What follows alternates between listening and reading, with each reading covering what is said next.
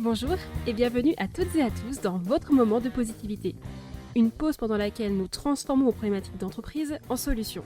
Je suis Julia de Adecom Formation et j'animerai ce podcast où, une fois par mois, nous explorons de nouvelles thématiques en lien avec l'attractivité de votre entreprise et la qualité de vie au travail. Nous serons en compagnie d'experts qualifiés qui partageront leurs conseils et leurs expériences. Au programme de ce premier épisode, un sujet qui ne cesse de gagner en importance dans le monde du travail, l'attractivité de la marque employeur. Mais nous n'explorons pas ce concept seul car aujourd'hui je serai accompagnée d'Émilie Mazoué.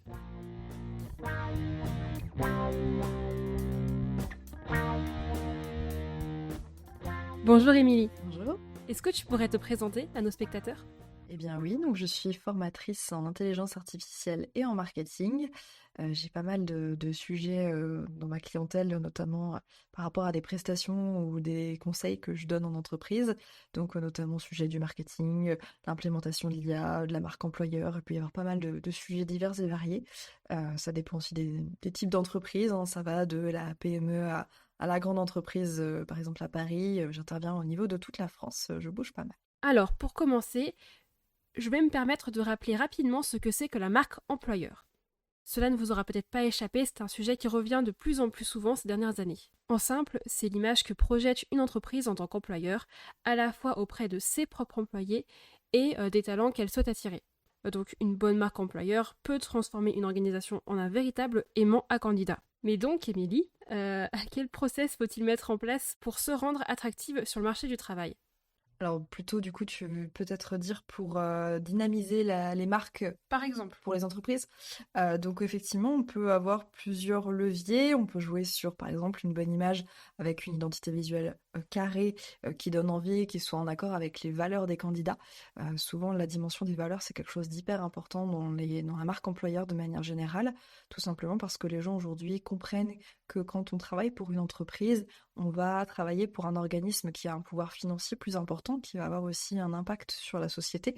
Donc en entrant dans une entreprise, on a aussi envie d'être en accord avec les valeurs de celle-ci. La marque aujourd'hui, c'est pas seulement le lieu où on travaille, l'entreprise, c'est pas seulement le lieu où on travaille, c'est aussi le lieu où on vit, puisqu'on passe la majorité de notre temps au travail.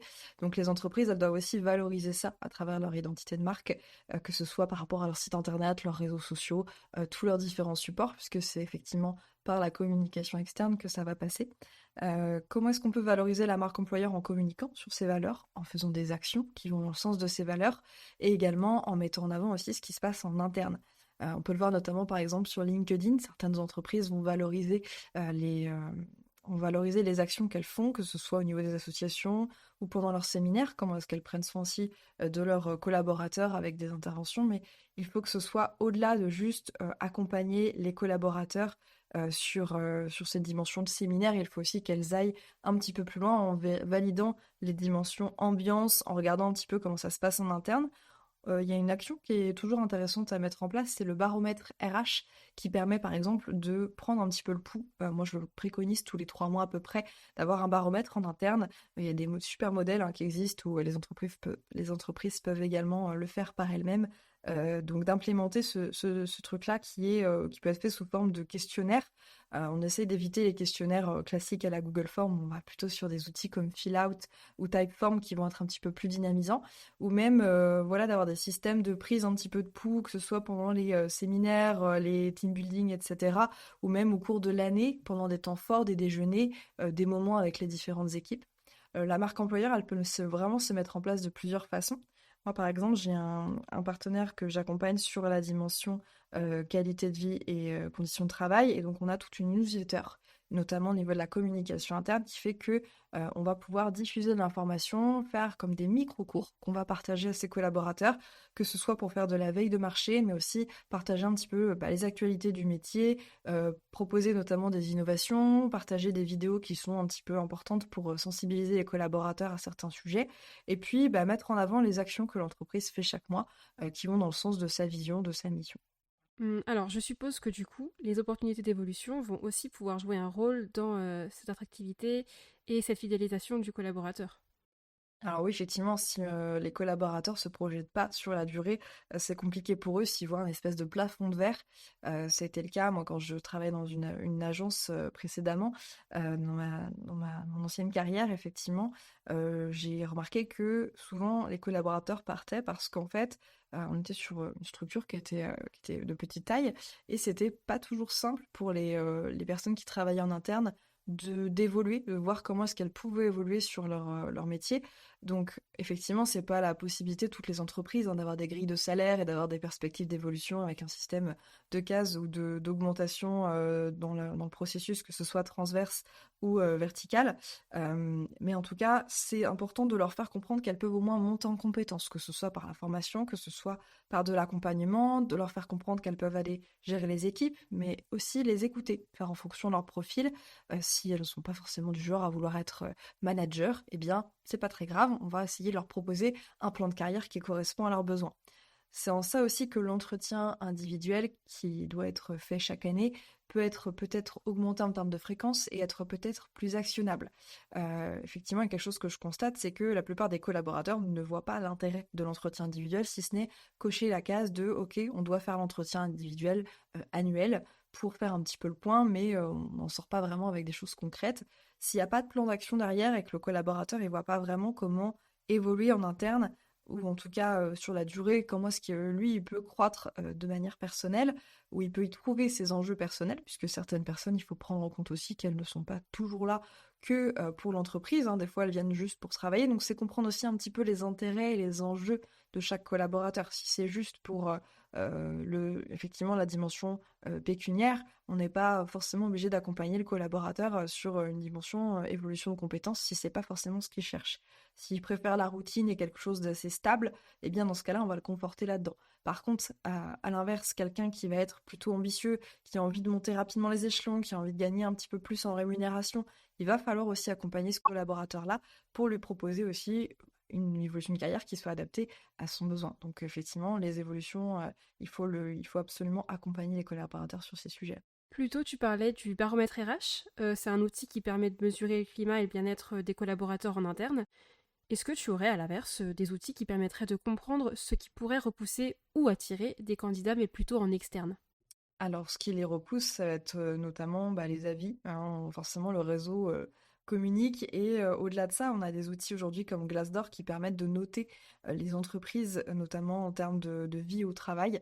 Et donc, du coup, ces indicateurs-là sont hyper importants pour les entreprises. On peut voir aussi sur les fiches de poste un petit peu la dynamique de l'entreprise. Mine de rien, les sites internet, c'est pareil, c'est un élément qui va être le premier, comment dire, le premier automatisme quasiment des collaborateurs, c'est d'aller regarder le site web de l'entreprise, de s'informer sur cette entreprise. Et donc, si le site internet, juste dans la dynamique, il ne correspond pas à ce que le collaborateur attend, surtout sur des métiers en tension, on a des marchés avec très peu de personnes qui sont disponibles pour répondre aux compétences qui sont attendues, eh bien, on va avoir effectivement un blocage à ce niveau-là. Donc, si on peut déjà soigner son image, c'est déjà une première approche. Pareil au niveau du LinkedIn, qui est quand même un levier super important pour les collaborateurs, puisque du coup, dans le monde du travail, c'est quand même un réseau social qui est essentiel, ce réseau professionnel. Donc l'image aussi qu'on a sur LinkedIn, les commentaires qu'on va avoir, les messages, tout ce qui est visible et public, eh bien c'est important. Qu'est-ce qui pourrait effectivement rebuter un petit peu les collaborateurs à candidater? Ça va être aussi les missions qui sont parfois un petit peu très spécifiques. Peut-être qu'on peut aussi aller viser des missions plus larges ou alors d'avoir des fiches de poste très claires pour aller rechercher le candidat idéal. Des fois, la localisation aussi, ça peut jouer. Donc, il faut trouver des leviers pour essayer de rendre le territoire sur lequel on est plus attractif, surtout si on est des territoires qui sont pas forcément proches d'une ville ou qui vont être dans des zones un petit peu plus éloignées, hein. Ça arrive, on a des entreprises, je pense notamment, là, typiquement, moi, je suis originaire de Sud-Vendée. C'est une zone qui effectivement est rurale et sur lequel on a de plus en plus de personnes qui vont plus vers les villes. Donc, c'est important aussi de voir comment est-ce qu'on pourrait peut-être faire des collaborations avec des entreprises du territoire ou des acteurs locaux pour valoriser tout ça et faire en sorte que les personnes qui viennent vraiment pour travailler le fassent dans la dynamique où elles vont aussi se sentir bien dans un cadre de vie qui leur correspond. Donc on peut avoir plusieurs freins qui peuvent jouer, au-delà des avis, au-delà de effectivement l'image en ligne, il y a plusieurs éléments qui peuvent rentrer en compte. Par exemple, si l'entreprise par le passé, notamment, a mis en avant un ou deux managers ou en tout cas visages clés qui n'ont pas forcément une bonne image publique, eh bien ça va être de retravailler aussi le personal branding et l'image de marque de celui qui porte l'entreprise, ou en tout cas ceux qui vont porter cette image, puisque c'est pas toujours le fondateur ou le créateur de l'entreprise, mais ça va être aussi des personnes qui vont communiquer sur les réseaux sociaux. Donc si ces personnes-là aussi communiquent au nom de l'entreprise et n'ont pas une bonne aura sociale parce que, eh bien, elles ont voilà, des avis assez clivants, par exemple, ça peut être aussi une contrainte pour les collaborateurs de rejoindre l'entreprise. Donc on a pu l'entendre, mais l'avis du collaborateur et son expérience vis-à-vis de son employeur peuvent faire ou défaire une image de marque. Est-ce que tu aurais toi des conseils sur comment installer un bon climat de travail et créer un ressenti positif dès l'embauche du collaborateur? Alors, donc le processus de recrutement, effectivement, il est important parce qu'il va donner un petit peu la tonalité pour la suite de la collaboration. Des fois, déjà d'avoir un process qui soit assez fluide et qui accompagne le collaborateur étape par étape, ça va être super important. J'entends par là que, au-delà d'avoir juste une très jolie feuille de recrutement, il va aussi falloir l'accompagner en lui donnant tous les éléments pour qu'il puisse prendre le pouls, connaître l'entreprise. Ça peut être effectivement des petits questionnaires, etc. Mais ça va être aussi avoir une personne qui va faire son onboarding, donc son intégration. J'entends par là qu'on va pouvoir avoir tout un process où la personne, quand elle accueille le collaborateur, eh bien, de manière générale, s'il y a une nouvelle personne en interne, on va peut-être organiser un déjeuner, on va peut-être organiser une activité pour que la personne s'intègre avec toute l'équipe. Je l'ai vu dans certaines entreprises, hein, la personne arrive, on la met dans un service à part. Si il n'y a pas forcément d'interaction de manière naturelle dans le quotidien avec le reste de l'équipe, ou en tout cas du service, eh bien, on peut retrouver une personne qui s'isole un petit peu naturellement, surtout si elle est plutôt introvertie et qu'elle ne veut pas forcément aller vers les autres naturellement. Ça va être aussi de créer des relations assez naturellement sans forcément pousser cette personne à se mettre en avant, etc., si elle n'est pas forcément très à l'aise au premier abord. Donc ce processus d'intégration, il est important parce que le contact avec les autres collaborateurs va être essentiel. L'ambiance au travail aujourd'hui, c'est indispensable. Il y a des personnes qui restent dans leur job uniquement parce que l'ambiance avec l'équipe se passe bien. Donc cette ambiance, il faut la valoriser dès le début. Au-delà de juste les déjeuners, les séminaires, etc., ça peut être aussi effectivement avoir des temps d'échange ou proposer des missions qui vont faire que les personnes vont travailler ensemble. Cette partie intégration, elle est intéressante dans le sens aussi où on peut avoir un système aussi de questions-réponses ou d'échanges avec tous les collaborateurs. Alors moi, je sais que ça a été quelque chose que j'ai beaucoup vu sur place aussi. C'est la personne qui va arriver dans l'entreprise. Elle a une mission, c'est d'aller échanger au moins une demi-heure avec chacun des collaborateurs de l'équipe. Et donc du coup, cette petite obligation devient finalement une occasion d'aller discuter avec chacun des collaborateurs, donc ça peut être intéressant. Si je continue un petit peu mon fil rouge, hein, tu me dis si je m'éparpille un peu trop, parce que des fois ça arrive. J'ai des idées qui fusent dans tous les sens, surtout quand on parle de sujets qui m'intéressent comme ça. Sur cette partie onboarding, il va effectivement falloir que l'acclimatation se fasse progressivement. Donc c'est aussi valider les compétences, vérifier que ça se passe bien en interne, et donc du coup prendre un petit peu le pouls, surtout pour les managers qui vont gérer ces équipes et qui vont accueillir ces nouveaux collaborateurs, s'assurer que effectivement sur l'intégration et la prise en main du poste, on est sur une échelle de temps qui est cohérente, parce qu'effectivement par des collaborateurs qui ont plus ou moins de freins, c'est écouter aussi, prendre le temps avec la personne, d'échanger, de connaître ses ambitions dès le démarrage, comme je disais tout à l'heure pour l'entretien individuel, c'est déjà savoir ce que la personne elle attend de l'entreprise. C'est une relation gagnant-gagnant. La personne va apporter ses compétences à l'entreprise doit apporter un cadre au travail, des conditions, et doit aussi faire en sorte que le collaborateur se sente bien.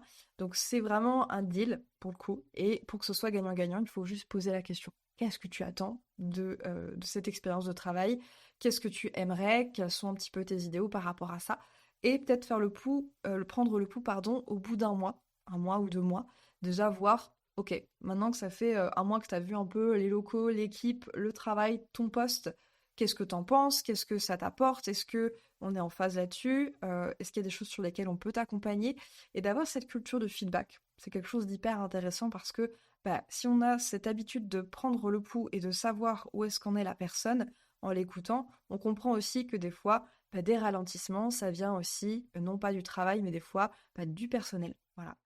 Donc il va falloir écouter et expérimenter, si je comprends bien. Donc tester des choses, garder celles qui fonctionnent sans pour autant arrêter de poser les questions à ses équipes. Parce que des problèmes qui semblent mineurs pour une personne extérieure peuvent en fait créer des vraies difficultés quotidiennes à des équipes qui les expérimentent tous les jours. C'est vrai que je parlais tout à l'heure de baromètre RH parce que c'est une façon un peu différente de prendre le pouls, surtout pour les personnes qui n'ont pas forcément envie de s'exprimer pour ne pas non plus toujours se mettre à mal non plus vis-à-vis du manager qui peut parfois être stratégique, hein, on est bien d'accord là-dessus. On va avoir aussi cette possibilité de l'anonymat, de donner son avis de manière anonyme, ce qui fait que le feedback via le baromètre RH devient quelque chose de collectif, mais qui est vraiment propre à chacun. Et pour autant, on peut vraiment avoir ce côté anonymat qui va faire en sorte qu'on a, en tant que manager, un avis global de l'équipe et ce qui nous permet de réajuster aussi le fonctionnement. Moi, je le vois aussi au niveau de l'équipe, hein, on avait une dimension aussi sur ces sujets-là où on a implémenté le baromètre pour voir aussi, nous, en interne, comment ça se passait, parce que si on parle de marque employeur, eh bien, il faut aussi qu'on puisse avoir un petit peu le retour concrètement, comment est-ce que si nous on l'applique, est-ce qu'on a une bonne qualité de vie au travail? Eh bien, certaines personnes, par exemple, en avaient marre de travailler sur un seul projet ou un seul client. Eh bien, ce qu'on a fait, c'est qu'on a fait en sorte de diversifier leur mission et d'avoir peut-être une plage autre, voilà, une plage de d'autres missions, d'autres créneaux. Donc, c'est parce qu'on a fait cette prise de feedback on a pu réajuster en interne.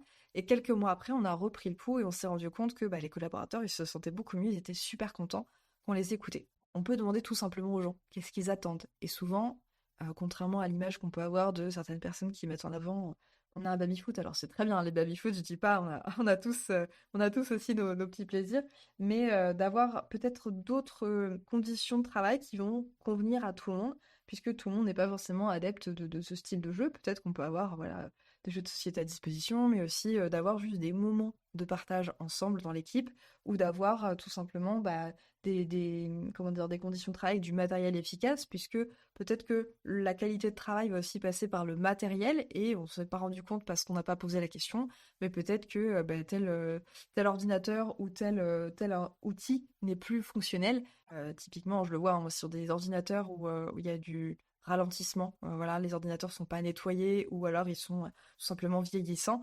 Eh bien, quand les collaborateurs râlent juste parce que l'ordinateur n'est pas rapide, alors qu'il pourrait être beaucoup plus efficace, eh bien, c'est juste d'écouter et de savoir qu'effectivement, il y a cette problématique-là pour laquelle on peut intervenir.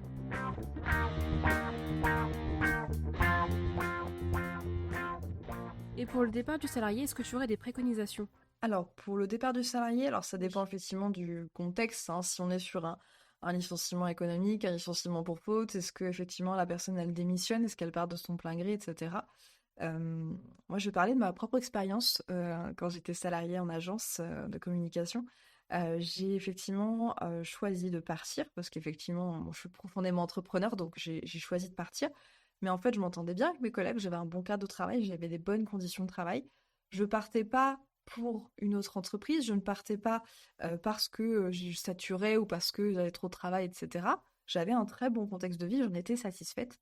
Mais juste, j'avais d'autres projets qui faisaient que, dans tous les cas, je devais partir pour moi, pour mes objectifs, pour mes perspectives de vie. Et dans ce cadre-là, eh bien, tout simplement, j'ai échangé avec mes supérieurs et donc je leur ai fait comprendre que j'avais des aspirations qui étaient différentes de celles que l'entreprise pouvait m'apporter. Et même si voilà, on a discuté un petit moment, ils voyaient bien que ma décision a été claire. Eh bien, ce qui s'est passé, c'est que on a élaboré comment dire, une visibilité sur dans le temps. Moi, je leur ai dit, je suis pas pressée de partir. Par contre, j'ai envie, j'ai besoin de partir pour retrouver les projets qui m'importent. Eh bien, on a échangé ensemble, on a négocié aussi sur les modalités et on a fait ça très calmement. Et voilà, on s'est accordé sur le fait que la nouvelle personne allait arriver, donc ils avaient tout un processus de recrutement à enclencher, que j'allais former cette personne et que effectivement je pourrais partir à partir du moment où la personne serait formée à mon poste. Ce qui s'est fait du coup de manière très douce, très simple, très classique, et dans un cadre où finalement on peut partir en bon terme de l'entreprise. Alors surtout quand on part de son plein gré, c'est beaucoup plus simple. Et je sais que beaucoup de personnes vont partir parce qu'elles ne se sentent plus très bien, parce que leurs collègues sont partis, donc du coup elles ne trouvent plus le cadre de travail pour lequel elles aimaient venir au boulot, ou tout simplement parce qu'il y a des licenciements qui sont faits pour X ou Y raison. Donc le départ du collaborateur, on peut le faire en plusieurs étapes. Alors déjà, on peut avoir un process qui est en place aussi pour le départ. remise, par exemple, des outils, donc à telle date, telle période, etc. Blocage des différents accès, ce qui va nous permettre effectivement d'éviter un petit peu les problèmes de confidentialité ou de documents qui peuvent sortir de l'entreprise. Donc de verrouiller un peu son process en amont, c'est quand même super important. Également d'avoir des outils qui nous permettent de fluidifier tout ça, c'est-à-dire que on peut avoir des systèmes par exemple, de petites vidéos qui sont déjà prêtes pour dire voilà comment ça va se passer pour ton départ.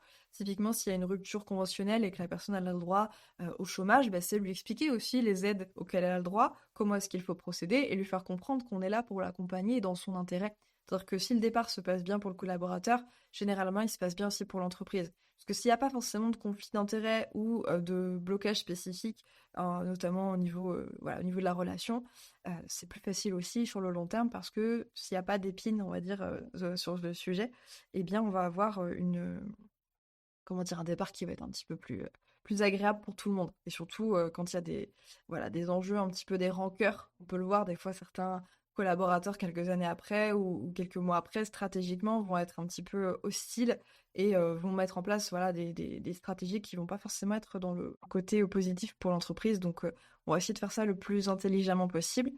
À mon sens, la discussion, le fait de faire des réunions qui soient neutres, c'est le plus important. Il y a plusieurs axes pour ça. On peut prendre quelqu'un qui va être en externe, qui va être un petit peu neutre, parce que s'il y a des tensions qui sont liées à des relations managériales, qui sont liées à des relations internes avec l'équipe, ça s'est mal passé avec des collaborateurs, avec des supérieurs, etc., d'avoir une tierce personne qui est neutre, qui est soit d'un autre service, soit qui est un consultant externe, soit qui est tout simplement quelqu'un qui est juste là pour faire la médiation, dont c'est le métier ou pas d'ailleurs, mais quelqu'un qui va être assez factuel eh bien, ça peut aussi poser un petit peu les choses et mettre des relations un peu plus simples et saines en disant, voilà, étape 1, il va se passer ça, étape 2, il va se passer ça, étape 3, il va se passer ça. Et l'objectif, c'est que ça se passe bien pour tout le monde, que le collaborateur qui quitte l'entreprise ne se sente pas délaissé et qu'il se sente même accompagné et que l'entreprise puisse faire sa transition soit vers un nouveau collaborateur, soit effectivement faire évoluer ses process pour éviter effectivement d'avoir ce remplacement de besoins. Donc effectivement, c'est tout un jeu au niveau des ressources aussi. Et pour ça, il faut prendre en compte les ressources du collaborateur en termes aussi d'état d'esprit, etc. Comment est-ce qu'il voit les choses? Et de l'autre côté, l'entreprise, qu'est-ce qu'elle est prête à mettre en place pour que tout ce départ se passe bien. Donc aujourd'hui, on assiste à une vraie fracture générationnelle dans la vision du travail. On pense par exemple aux millennials ou encore à la génération Z qui vont plutôt privilégier la qualité de vie à la stabilité. Comment est-ce que les organisations peuvent-elles gérer ce changement de mentalité? Alors, encore une fois, l'écoute. Déjà, commencer par prendre un petit peu le pouls. C'est-à-dire que il y en a qui commencent par effectivement avoir des personnes en stage ou en alternance, déjà juste pour voir un peu le fonctionnement. C'est intéressant justement de se rendre compte que, alors effectivement avec la maturité, hein, bien sûr, on n'a pas la même vision des choses que quelqu'un qui démarre en termes de carrière. On peut prendre un junior au démarrage qui va apporter cette petite fraîcheur et cette nouvelle dynamique. Comment est-ce qu'on fait pour les attirer? Alors déjà, il faut adopter leur code. Effectivement, indispensable, les réseaux sociaux. Par contre, on n'est pas obligé pour sa marque employeur forcément d'aller sur TikTok, etc. C'est préconisé si on cible un public jeune, puisque le recrutement va être complètement différent, mais au moins d'avoir un processus qui soit frais et dynamique, c'est-à-dire qu'il n'y ait pas de grosses frictions, de grosses contraintes pour postuler, qu'on n'ait pas X étapes qui vont complexifier la chose. Aujourd'hui, on est sur des générations où tout doit aller vite, tout doit être simple, on doit avoir une réponse, qu'elle soit positive ou négative, qu'elle soit rapide. On est vraiment sur cette consommation du OK, on va vite, on a envie d'avoir quelque chose qui soit réactif. Quand on voit comment les millennials fonctionnent, notamment avec les réseaux sociaux, on voit que ça arrive à très très vite. Donc il faut effectivement avoir aussi cette réactivité en face. Pour autant, il faut aussi leur faire comprendre le cadre. Donc du coup, pour les attirer, tout en restant dans un cadre qui va être intéressant pour tout le monde, c'est leur faire comprendre dès le début aussi quelles sont les pistes d'évolution, leur faire comprendre que il y a un vrai intérêt aussi, un enjeu sociétal. Pour le coup, communiquer sur les valeurs, c'est hyper important parce que ces générations-là, ils sont très sensibles. Aujourd'hui, on ne travaille pas pour une entreprise, on travaille avec une entreprise. Comme les personnes veulent vraiment être des partenaires de l'entreprise et des acteurs qui vont contribuer à un système plus général, eh bien, il va aussi falloir leur faire comprendre qu'il y a une vraie écoute et un vrai accompagnement. Bien sûr, ça dépend des métiers. On n'est pas sur les mêmes demandes, sur des métiers qui sont vraiment en tension, où il y a très peu de personnes qui ont ces compétences, spécifiques, que sur des profils qui sont, on va dire, qui ont une dimension, plus accessible, hein. On est sur des profils, où, on est sur des métiers bouchers, par exemple, et bien, on va pas forcément avoir la même approche. Forcément, quand on a, la possibilité d'attirer des métiers où les compétences sont un peu plus rares, effectivement, il va falloir redoubler d'ingéniosité, mettre en place des parcours de gamification, par exemple, donc de mettre du jeu, des choses assez ludiques pour donner envie de rejoindre l'équipe, et puis faire en sorte que les premières interactions, les premiers échanges, les premiers contacts soient super frais, super dynamiques, qu'on ait le côté jovial, qu'on ait le côté accueillant. Si on montre pas directement qu'on est une entreprise dans laquelle on va se sentir bien, eh bien la personne peut être un petit peu réfractaire et aller choisir, surtout si elle a le choix, aller vers des entreprises vers lesquelles il y a un meilleur feeling. Puisque le salaire, c'est une chose, mais il y a quand même cette dynamique ambiance aujourd'hui qui est essentielle. Et puis, le côté mission, on l'oublie souvent, mais montrer qu'on va pas faire tout le temps la même chose, montrer qu'on va avoir des choses qui vont assouvir notre curiosité, qui vont nous permettre d'aller vers différents domaines, qui vont nous permettre de toucher à tout, de monter en compétences, d'être sur cette dynamique positive et cet effet boule de neige un petit peu vers des choses qui sont stimulantes, eh bien c'est plus intéressant. Faire comprendre aussi que il y a une souplesse dans l'organisation, avec notamment tout ce qui est déjà télétravail, mais aussi l'organisation générale. La flexibilité au travail aujourd'hui, c'est quelque chose qui est intéressant pour les plus jeunes, parce que, on le voit, hein, les contraintes, c'est quelque chose qui peuvent les freiner. Donc on va faire en sorte de mettre en exergue ces caractéristiques qui font que, oui, on se sent bien, mais en plus, on peut s'adapter un petit peu à vous. Il y a des entreprises qui vont vraiment dans l'excès et qui disent complètement, eh bien nous, il y a des congés payés qui sont illimités. Donc, vous choisissez tous les congés payés que vous voulez chaque année tant que le travail il est fait. Donc là, en fait, c'est un espèce de biais, hein, c'est un levier qui est utilisé par certaines entreprises, pas toutes, mais notamment certaines startups. Pour quelles raisons? Pour attirer en masse, notamment des nouvelles générations, mais derrière, pour aussi jouer sur le côté engagement. Parce qu'effectivement, si on a des congés limités, ça veut dire que l'entreprise nous fait confiance. Et il y a une étude qui a montré que de toute façon, même si on donne les congés limités, en moyenne, les personnes prennent seulement 5 semaines de congés payés par an, ce qui revient effectivement au classique. Sauf qu'en fait, on fait psychologiquement sauter cette limite qui est, ok, j'ai que tant de congés payés, donc du coup, je vais pas pouvoir faire tout ce que je veux. Donc, en fait, c'est juste un levier psychologique pour faire comprendre qu'on peut aller sur une flexibilité au travail qui est assez grande. Merci beaucoup, Émilie, pour tes réponses. Je vais cependant te poser une dernière petite question bonus, mais qui va tout de même s'inscrire un peu dans le fil conducteur du podcast. Je pense que tu commences un peu à nous connaître, tu as pu notamment observer qu'on aimait beaucoup les films à deux comme formation. On a beaucoup de noms de salles qui sont en référence à des grands classiques du cinéma ou à des grands films qu'on a beaucoup appréciés. Est-ce que tu aurais, toi, un film, justement, qui t'aurait touché et auquel tu penserais encore aujourd'hui et qui aurait peut-être un petit rapport avec la marque employeur? Question très intéressante pour le coup. Il y a un film effectivement qui m'a bien marqué, qui peut peut-être même faire le lien effectivement avec cette notion d'attractivité et de marque. C'est le film Le Prestige. Donc c'est un très long film, hein, qui dure 3 heures, qui parle de deux magiciens qui sont en compétition, qui se font concurrence pour faire les tours les plus merveilleux avec des trucs que seuls eux connaissent et qui sont vraiment, qui éblouissent les spectateurs. Et il y a vraiment ce côté concurrence avec toujours trouver les nouveautés, les innovations qui vont faire qu'on va réussir à attirer de plus en plus le public. Donc ça peut effectivement faire le lien avec tout ce qu'on vient de se dire. C'est assez intéressant. C'est un film qui est long, mais que je préconise de voir 2 fois. Parce que la première fois, on est en tension un petit peu. Alors, il faut rentrer dans le film, bien sûr, mais on est en tension sur quel est le truc pour chacun des différents magiciens. Et on voit effectivement toute l'évolution des personnages qui est super intéressante.